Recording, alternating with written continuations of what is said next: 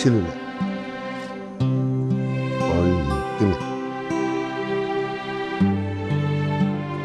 ভাবি তুমি খাবে না? আমি খেলে হবে এখন? আমি তো পিঠা বানাইতেছি, সবাই তোমরা খাও।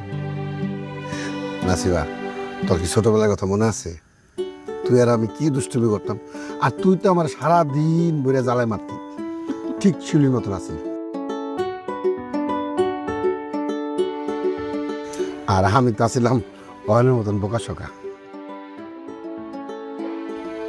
বাবা, তোমরা খুব ঝগড়া করতে ছোটবেলায়, তাই না? ঝগড়াও করতাম, আবার দুজন দুজনের প্রতি অনেক টান ছিল। একবার তো আমি পুকুরে পড়ে ডুবে যেতে নিয়েছি, তখন ভাইজান আমাকে বাঁচাতে পুকুরে লাফ দেয়, কিন্তু ভাইজান সাঁতারই জানতো না। বাবা, এই গল্প তো আমাকে বলোনি। কেমন বলুন ক, সময় পেয়েছি, আজকে বই নিয়ে আসছে, তাই মনে পড়ছে সব কিছু। শোন, ও যখন পানিতে পড়ে গেছে, আমি করছি ঝাঁপ, ঝাঁপ দিয়ে কোনো মতে এই তারে পাড়ে নিয়ে গেছি। আমি তো সারা যাই না, এদিকে আবার আব্বাজানি করতে দেখছি, দেখে সে দৌড়াইছে, আইসে আমারে না বাসে মেরে উঠে আর আমারে এমন মারতেছে, মারছে আমার 7 দিন জ্বর আছে।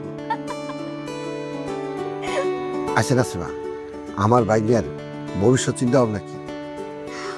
ও তো বাংলাদেশে পড়াশোনা শেষ করেছে, এখন পিএইচডি করতে দেশের বাইরে যাবে। কিন্তু আমার খুব ইচ্ছা ওকে আমি বিয়ে দিই, তারপর যেখানে খুশি সেখানে যাক। তা আমার ভাগ্যের কি কোনো পছন্দ আছে নাকি? আরে না না, তোমার ভাগনা যেভাবে চলাফেরা করে, কোনো মেয়ে ওকে পাত্তা দেবে না?